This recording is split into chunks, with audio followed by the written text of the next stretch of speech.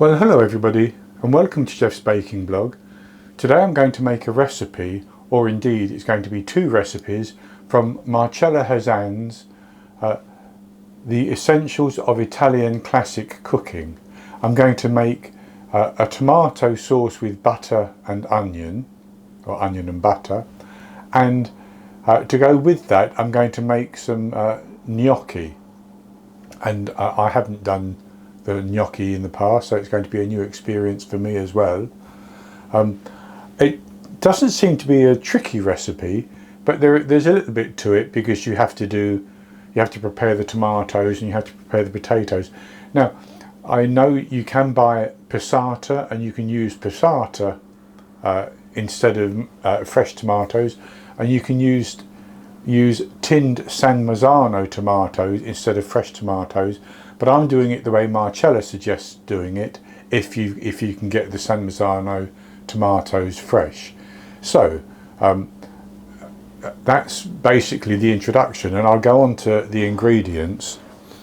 And for the tomato sauce, I have here 1800 grams, 1.8 kilograms, or 4 pounds of ripe plum tomatoes. I have 2 medium onions which I have peeled and just cut in half. I have 150 grams, which is 10 tablespoons plus 2 teaspoons of butter, and I'm using unsalted butter. And then for the potato gnocchi, I have 1350 grams, 3 pounds of red potatoes. The potatoes you use for gnocchi apparently are important. In the UK, Marcella recommends using Desiree potatoes, which aren't available at the moment.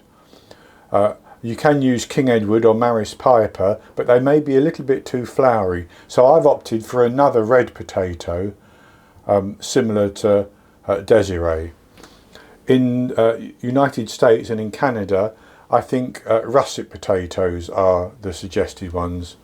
And then I also have 340 grams, which is almost 2 1/4 cups of plain flour, based on scooping packed flour into a 250 milliliter cup. And then to go with the sauce and the gnocchi, I have some Parmesan cheese, and how much Parmesan cheese you use is a matter of taste entirely. I have a 200 gram block here. That will simply be more than enough, I know. So the first thing we need to do is to prepare the tomato sauce.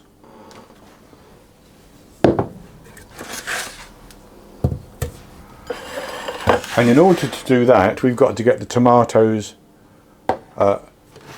ready to go into the sauce, and for that I'm simply going to cut them in half lengthways and put them into a saucepan.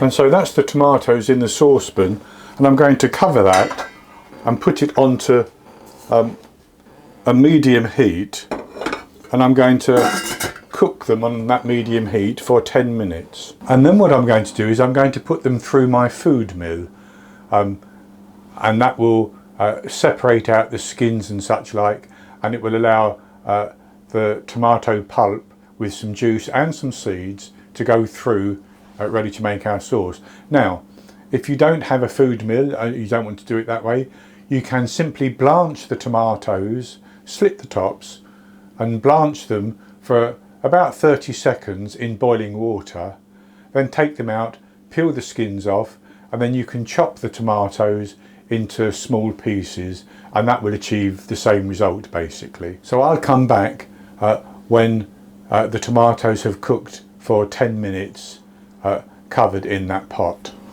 So I've just cooked those gently on a medium heat for 10 minutes and they've softened slightly, so I'm going to put them into my food mill and I'm going to process them through the food mill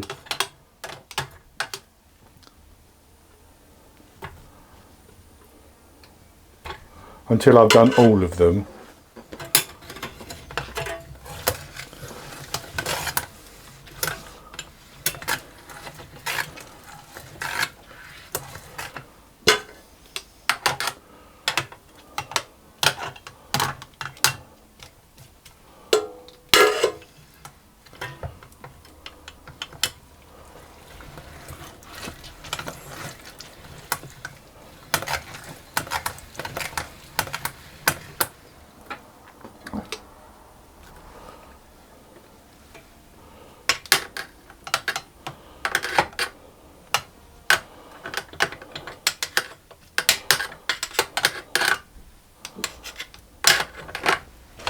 So I've milled all my tomatoes, and what you can see inside here is all that's left, so just some skins and such like.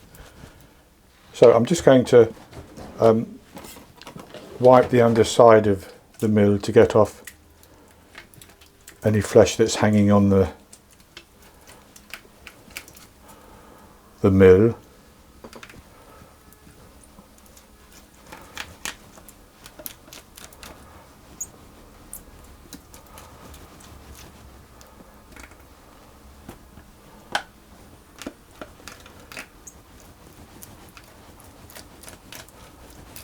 And that's good.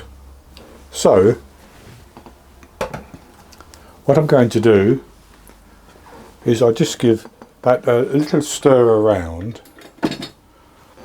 and if you can see a couple of little black spots, that's just where some of the tomatoes caught a little bit as I was cooking them for that 10 minutes, and that will be fine. So then I'm going to put my onions in.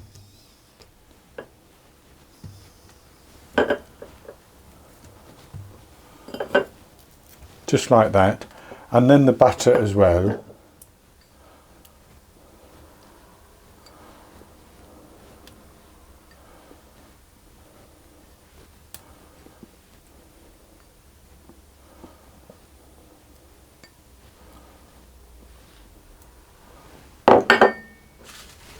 And I'm going to put that onto the heat and bring it up to a boil.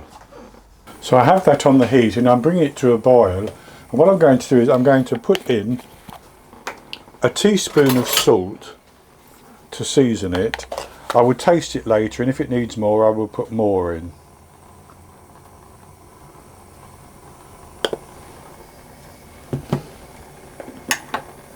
So as you can see, that started to simmer, so I'm going to turn that down to a very, very low heat, and I'm just going to leave it on a gentle simmer uncovered for about 45 minutes, and that's going to infuse the flavour of the onions in the tomato and the richness of the butter, and it's going to reduce the tomato juice as well, so that we'll have a nice sauce. So I'll leave that for 45 minutes just simmering gently. Then as that's happening, I'll go on and start working on the potatoes for the gnocchi. So I have my potatoes and I have them in a saucepan completely covered with water, and at least 1.25 inches of water over the top of the potatoes. I'm going to put the lid on those, and I'm going to put them on and boil them until they are tender. So I will test them with a skewer, but I'm not going to keep testing them. I'll test them just occasionally. If you keep poking holes in them, they will absorb water. But I will test one potato, and I'll just stick it to that one, keep to that one potato, testing from time to time until I know they're tender, and then I'll come back and we'll peel them and put them through a potato ricer ready to make the gnocchi. So I cooked my tomatoes in the butter and the onion for 45 minutes, and then I actually turned the heat up just to reduce the mixture a little bit, and I've removed the onions now, and so that's what my sauce looks like. So I can set that to one side, and here I have my potatoes which I have boiled until they're tender, and what I need to do is to take the skins off, and I'm going to pass those through my potato ricer onto my work surface, and they're still hot, so I'll take the skins off while I'm holding them in some paper towel.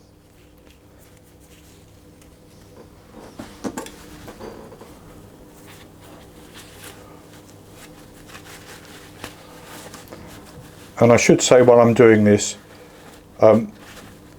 Marcella's recipe suggests that you don't need an egg, and indeed she says if you use egg or egg yolk in the gnocchi it makes them tougher, but depending on what potatoes you use you may need to use some egg.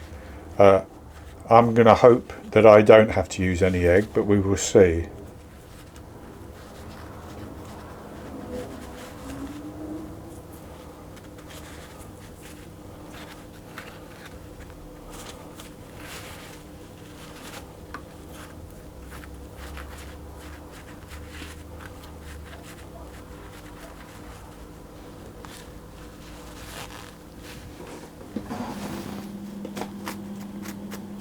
And with one potato skinned, I'm going to put that into my ricer and I'm going to press it through onto the counter, spreading it around, and I'll do the same with the remainder. So I have grated or riced my potato, and I'm going to add most of my flour, and then I'm going to squeeze that together and knead it until it is a soft and slightly sticky dough. And I may not need all of the flour.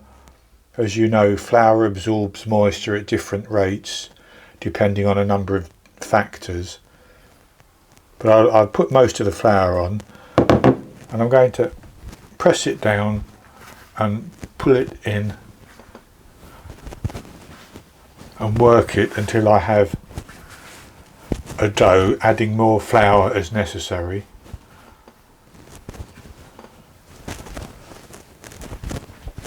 And I should say the potato is still warm from being boiled and riced.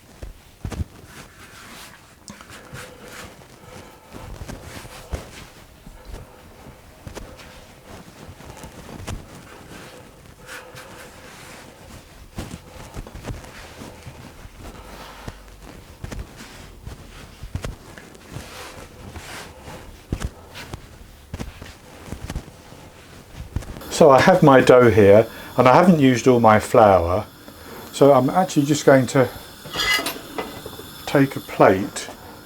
I'm going to cut the dough into pieces, put some on the plate and just work with some of it, and I'm going to flour the work surface, and then I'm going to roll my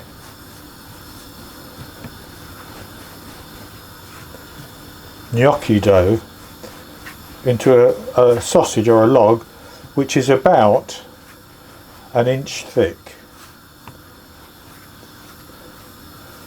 and that's probably good enough. And then I'm going to cut that into 3/4 inch pieces or thereabouts.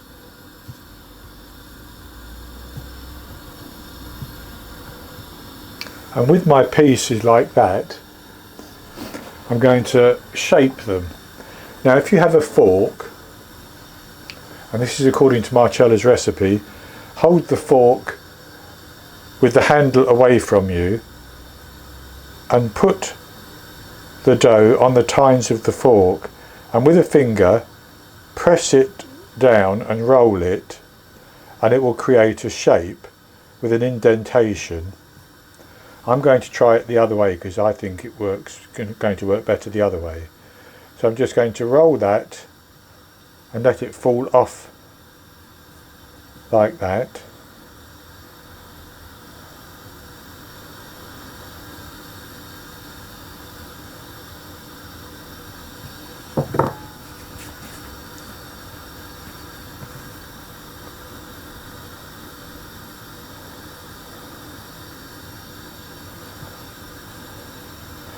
But I have a board here which I bought years ago and have never used, and I'm going to try that.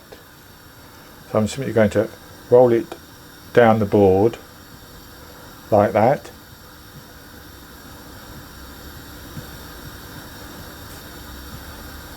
And the reason for the shape like that is so that the sauce has some ridges to cling to.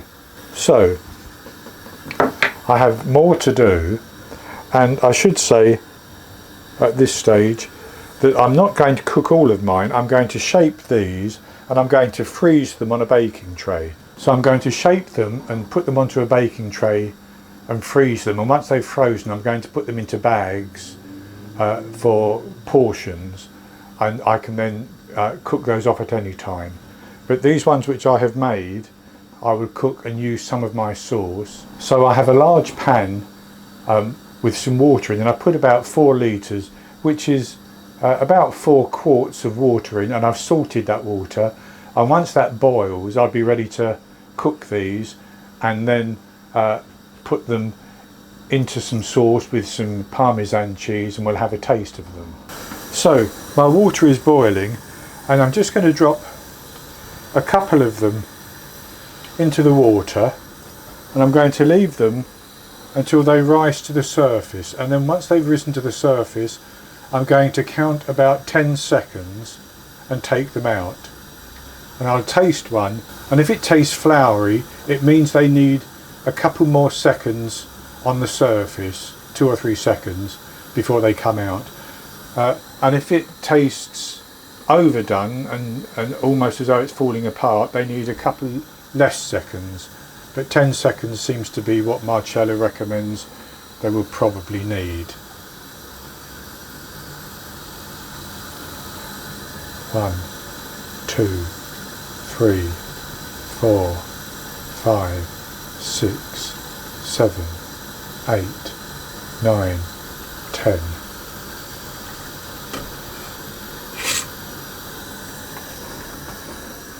So I think mine need, once they've cooked, once they've floated the top, they need at least another 5 seconds to get rid of the floury taste. So I'm going to put them in.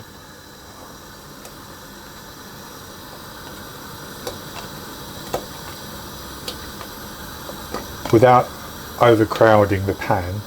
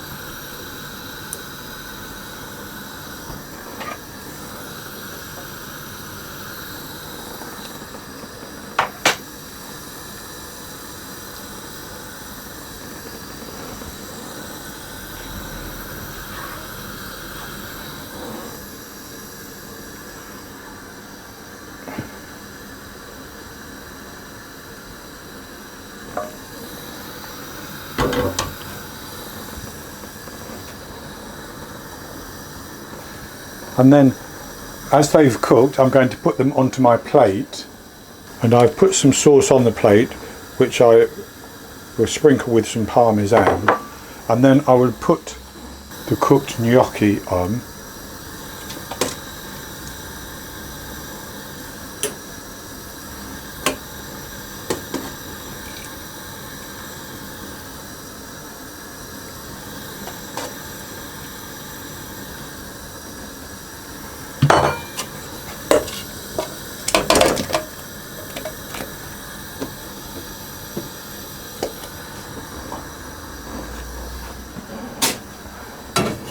And then I'll spread some more sauce over that.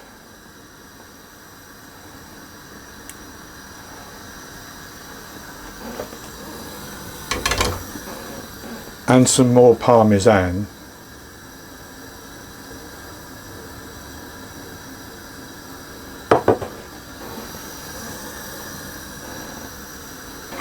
and I'll stir that through to get it coated, and then I'll have some more gnocchi to go on top when that's cooked, and I'll just stir that through as well.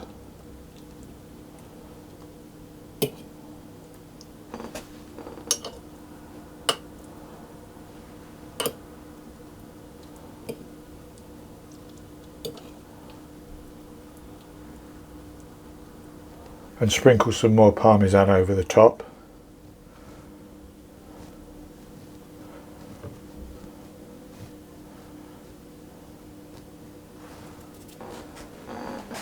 And then I'll have a taste of it.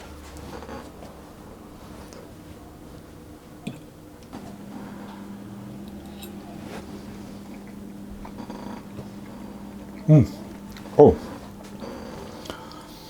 that is very, very good.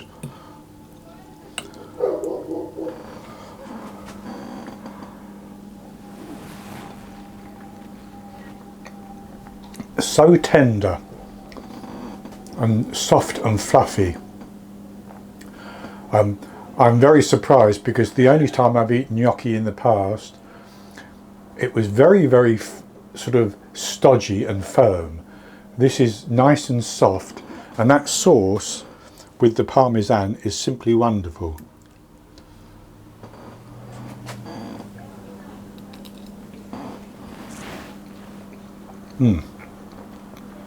That is absolutely excellent. So, as I said, I have frozen, or I'm freezing, about 3/4 of my recipe, and I can bag that up and use that as individual portions. The remaining sauce will also last, and will serve for those portions as well. If I want to, I can freeze that as well. So that's going to be it for this recipe. I hope you've enjoyed it, and if you have, please give me the thumbs up below and click to subscribe to my YouTube channel. In the top right hand corner of the screen there will be an eye that you can click on, and that will take you to a link for the recipe, and I'll put a link below the video as well, and I'll be back with another recipe in the very near future. So until then, happy baking.